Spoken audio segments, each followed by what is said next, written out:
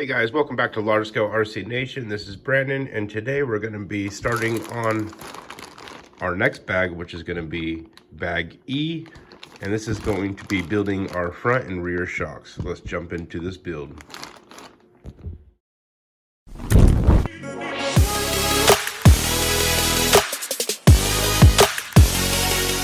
Let's start by opening up our bag. Also need to open up our second bag inside the first bag.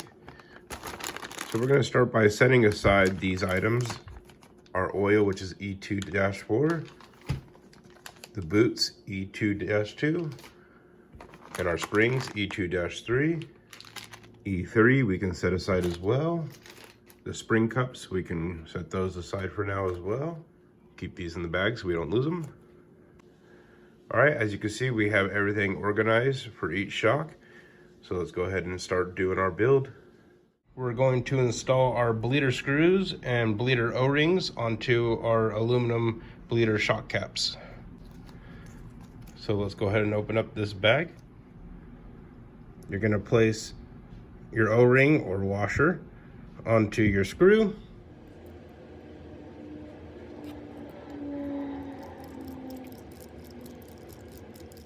Okay, we now have all 4 shock caps built, ready to go.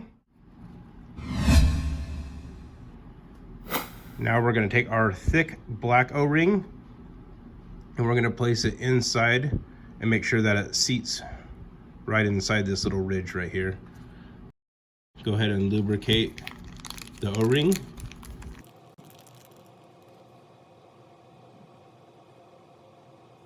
And once that's in there, just make sure that's still lubricated. We will now need our shock body.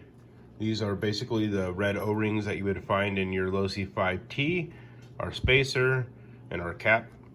And we're going to be building the seals for the bottom of the shocks. For the next portion of the build, we're going to place our O-rings in the bottom of our shock body. And I recommend just taking one of your plastic bags that you already cut open parts out of, and we're going to place a little bit of our shock oil in it to lubricate our O-rings.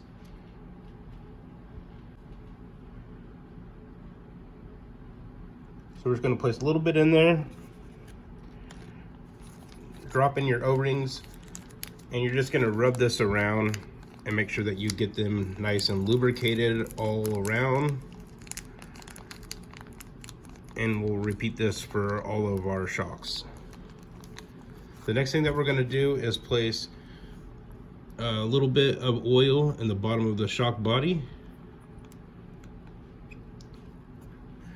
Then we will take one of our O-rings and place that down in there.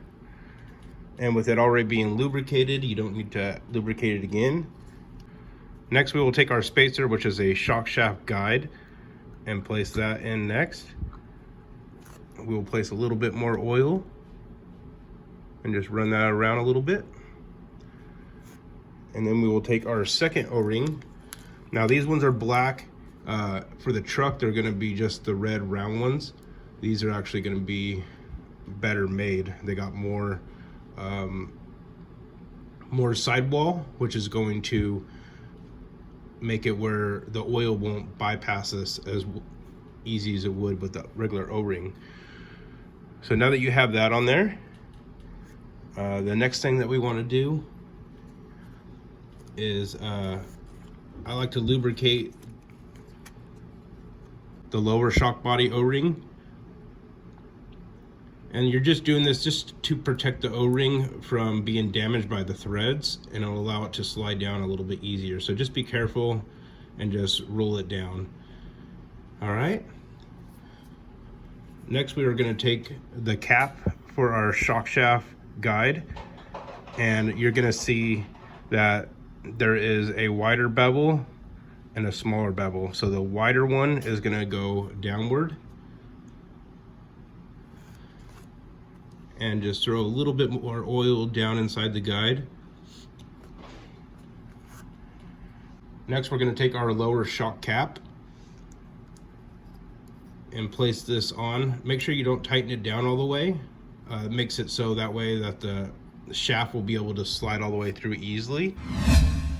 So before we get started on this, see these little burrs right here? This is from the molding, and you want to make sure that you get these off with your X-Acto knife. Otherwise it's going to score the shock body inside and it will not move up and down nice and freely. So we want to get off any imperfections, which you can see here. And then once we do that, we can install these. So here you can see I gently grazed off that flashing, and it was right here, and now it is gone. All right, and we don't have anything else, so this one is good to go. So starting the build, we're gonna be using these washers, our small lock nut, pistons, and shafts. You wanna make sure that you have a clean work area before starting. That way you don't get any contaminants into your shocks, which can cause scoring and stuff like that. So we're gonna be installing our larger 5x10 by 0.3 millimeter shock piston washer onto our shock shaft, which is gonna be the silver one right here. And this is gonna go on the thin threaded side. You're gonna place this down. And then we're gonna take our piston. Our piston is gonna have two sides. It's gonna have this little recess side right here and a very deep recess side. The deep recess side is gonna fit right over the shaft.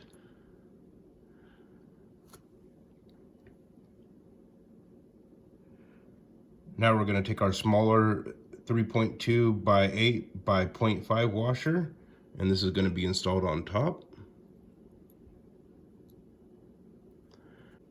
Followed by our M3 nylock nut.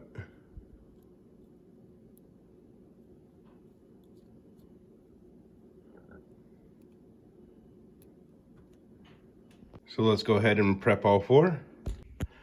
All right, they are all complete now. So just a quick reminder, please make sure that you put your lower washer on, piston, smaller washer on top, nylock nut. There was someone at the race that was having an issue with his shocks. We pulled it apart, come to find out he forgot to put one of these in, which damaged the piston. So to do this install, you're gonna need a 5.5 millimeter nut driver, socket, whatever you have, and your turnbuckle wrench to tighten these. On the smaller side of your turnbuckle wrench, the shaft will fit right inside this flat-sided edge of your shaft. And then take your nut driver on top and go ahead and turn this. Make sure that you do not over tighten these pistons, as you will damage them. So you just want to get them to where as soon as it stops, stop. Verify, done. So now that you're done here, another thing you can do is just add a little bit of blue Loctite onto your nylock nut. This is just an extra prevention from this ever coming off, if you want to do that as well. And all the rest of them are already tight. I did notice when I was installing these that there was still one burr. See the burr right there?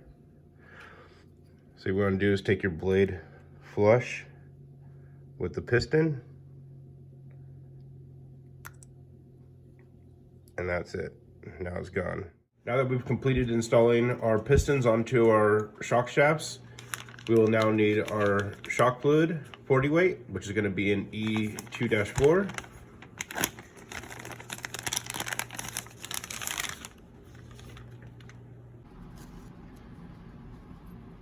Now you can drop some oil in here.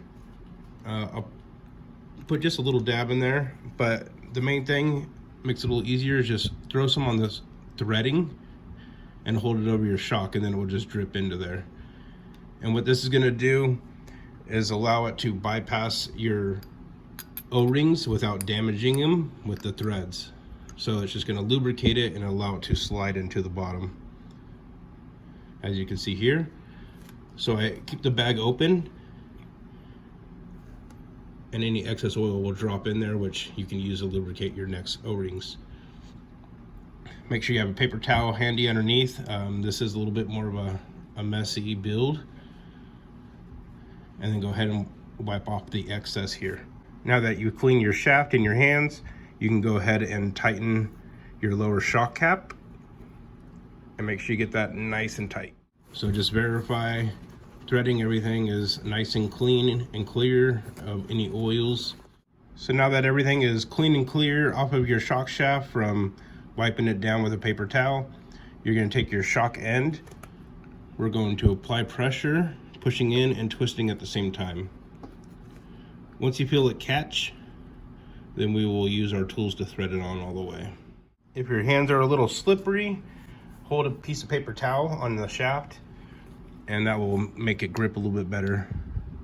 So now you're going to use the smaller end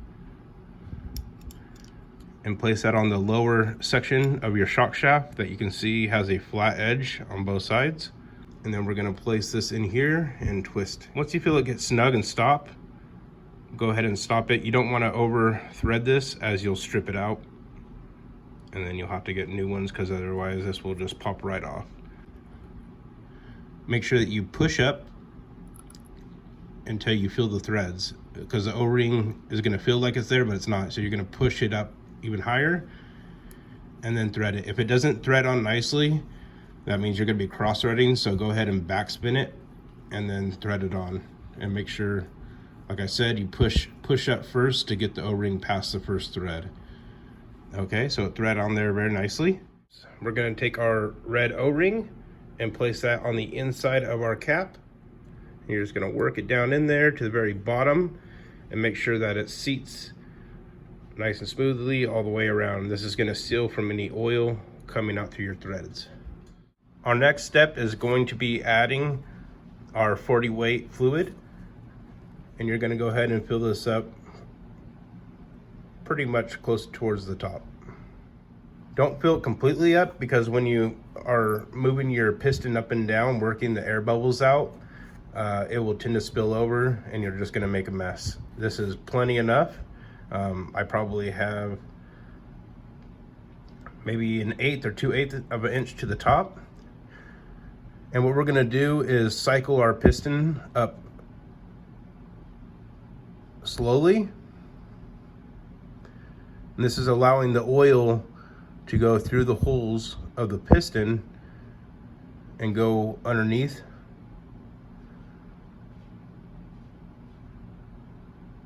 Once you get close to the top, you don't want to get all the way up, because otherwise you're just going to suck air in. So we're close enough to the top. Now we're going to slowly pull it down while spinning, and this is going to release any air inside of those drilled holes right there. As you can see, the bubbles are coming up, and when you twist it, it's going to get anything that's trapped underneath the piston itself. So you're going to allow these to rise to the top, and we're going to cycle this about 8 times. But we don't need to do exactly 8. If you are still seeing air bubbles after 8 times of moving it up and down, then you're going to continue until you don't see any more air bubbles, not the slightest little one. So in between each one, we'll go ahead and place it into our shock pit pal. And we're going to wait for the bubbles to rise to the top. And when it is clear, then we will continue the process of doing this again.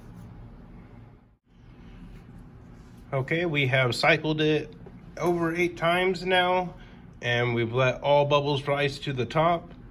Now it is time to go ahead and top off your oil. A quick reminder is you can heat up this oil just like we talked about with the differentials. This will make it thinner, allow the bubbles to rise to the top a lot faster. And also when your shocks are working, they are heating up to around 100, 120 degrees, just so you know. And anytime you heat up any type of liquid, it expands, correct? So that will also help with any type of airlock. So I do recommend heating up the oil prior to installing it into your shocks and going from there.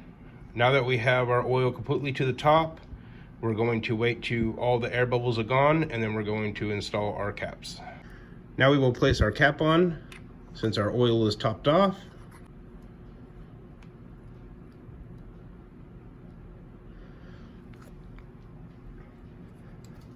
Let's go ahead and back out our bleeder screw just a little bit more. We want to make sure that any excess oil comes out.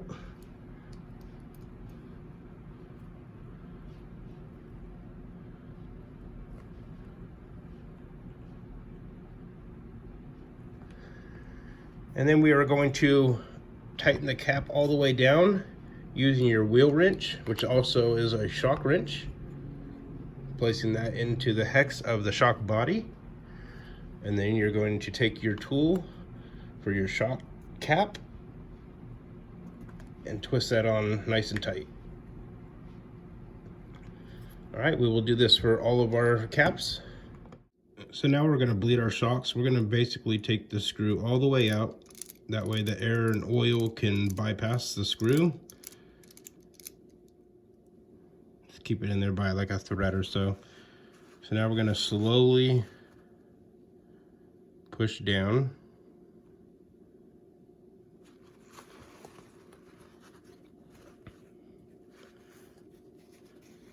And then have a paper towel ready to catch any of the oil that's going to come out.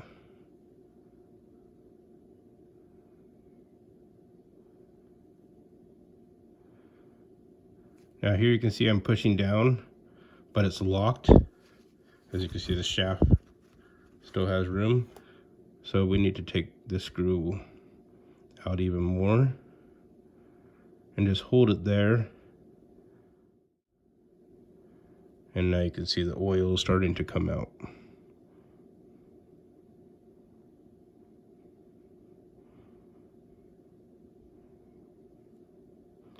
Just make sure that you're pushing down slowly, that way it has time for the oil to bypass the piston.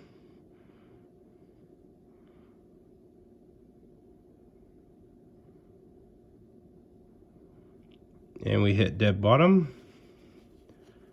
So we're just going to hold it here and let all the oil drain that needs to come out.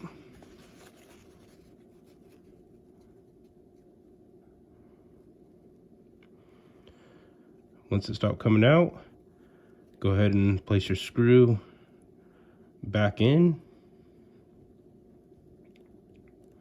and tighten it down. So I'm going to show you an example of what the airlock looks like, which was basically just like that. It was locked in, and now you can see it's completely compressed and it stays down. It doesn't rebound back, which means that you would have airlock in there, too much pressure. So now our shock is good to go. Now I did airlock it, so I want to show you. When you push in all the way, and if it comes back, it rebounds. That means you have airlock. So you want to loosen it up again. And then we're going to go ahead and push it down again and tighten it back up. Now it is time to install our boots. So go ahead and open up E2-2. So as you can see, there's two different sizes here. Make sure that you put the smaller boot on your smaller shocks and your larger boot on your longer shocks. So what I like to do is lubricate the ball end with some oil, and we can use our same bag. That way we don't make a mess.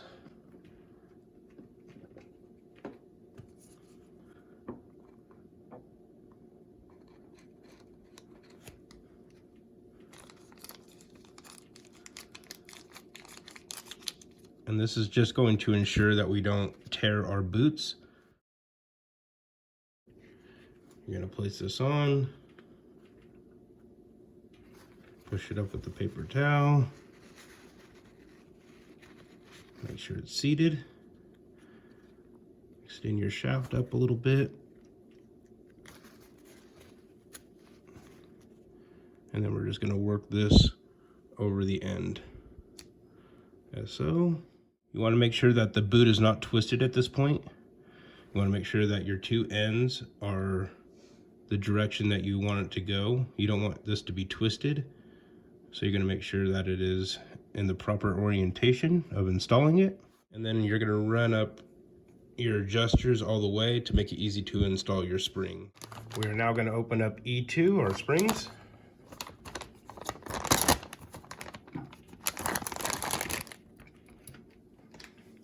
The red indicates the spring rate, and you can get different springs or aftermarket ones.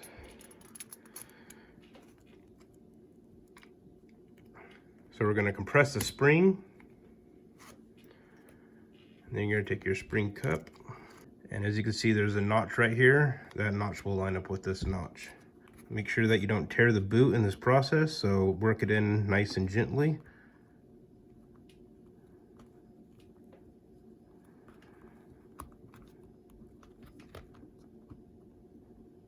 And installed as so. All right, we're gonna do that for all four. All right, we've completed our last shock. All right, so now we're gonna take one of our pivot balls and back it with the socket and go ahead and install those into our shock ends.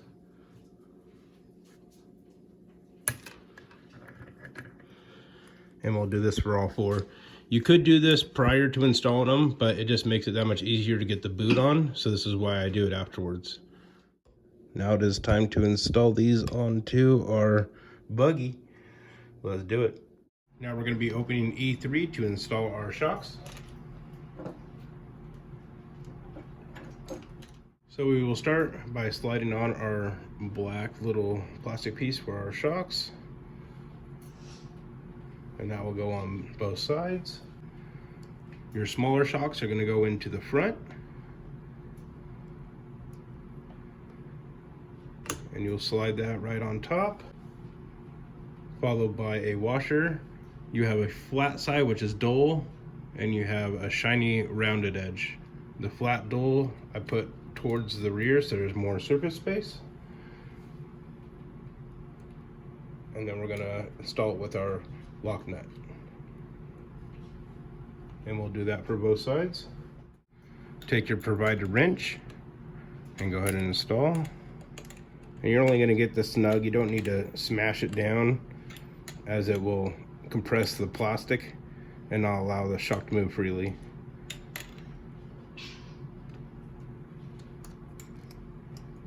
All right, you just want to verify that it moves nice and freely. It does. And now we'll do our second one. All right, verify it's nice and smooth. All right, now we're going to install the screws.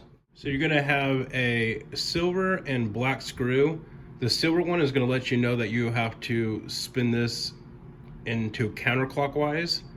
The black one is going to be clockwise. So the silver one, which is counterclockwise, is going to go on your right A-arm, and the black, which is clockwise, is going to go onto your left A-arm. So we'll get that screw in there, and then we're just going to slowly put it in. There we go. Now we'll do our black. And this will screw in just like a normal screw would.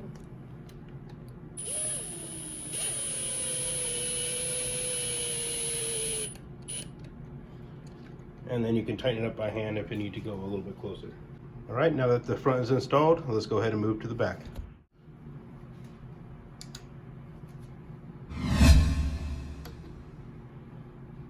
A little black sleeve on there. Washer, just like the front.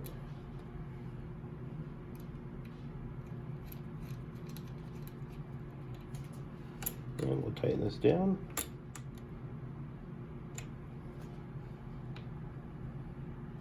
Verify, moves freely, it does.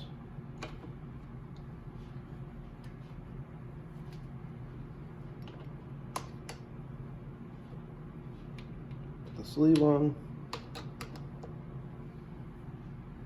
Washer. Nylock nut.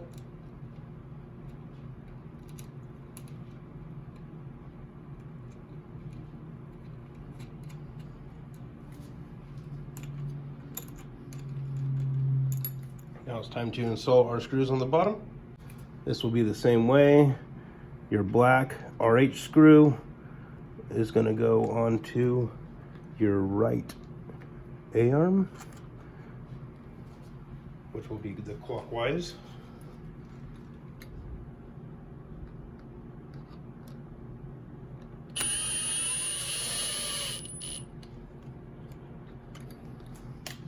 and the silver LH will go on your left one.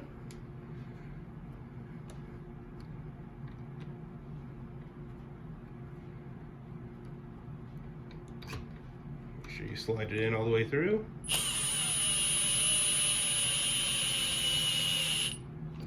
All right, there we go. This will be your counterclockwise.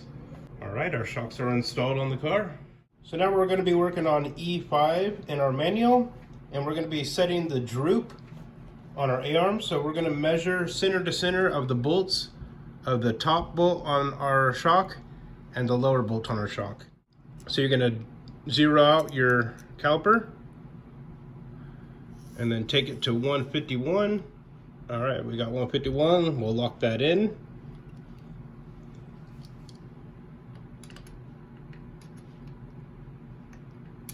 And we're slightly too low. So we're going to take our droop screw in the back on the A-arm that's installed right there. And we're going to tighten that up a little bit to lift up the A-arm. All right, so I'm going to hold this here. And we will screw in the droop screw until it lines up center. All right, there we go, center. Let's do the other side. All right, there we go. Now you'll do the same thing for the rear, which is going to be 169. Now for the rear of the car, my digital caliper doesn't go up that high, unfortunately. So what I did is I converted to inches, which is 6.65 inches, which had to be translated into fractions, which equals 6 inches and 21/32. That would be between 5/8 and 11/16 on a measuring tape. And what I like to do is burn an inch, and basically instead of going to the edge of your measuring tape, so that way you have a correct reading, you do 1 inch. And so instead of 6 and 21/32, you're going to take it to 7 and 21/32. And here you can see I made the mark on my measuring tape, which is right here between the 5/8 mark and that 11/16 mark. So it's going to be this small little hash right there. So we're going to burn that inch, put that dead center, and we are perfect right there. And now let's do the other side. And we're going to burn that inch. And this one needs to come up a lot.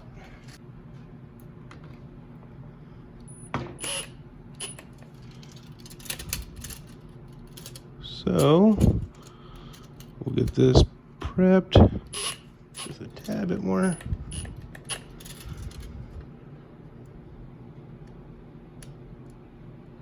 And there we go.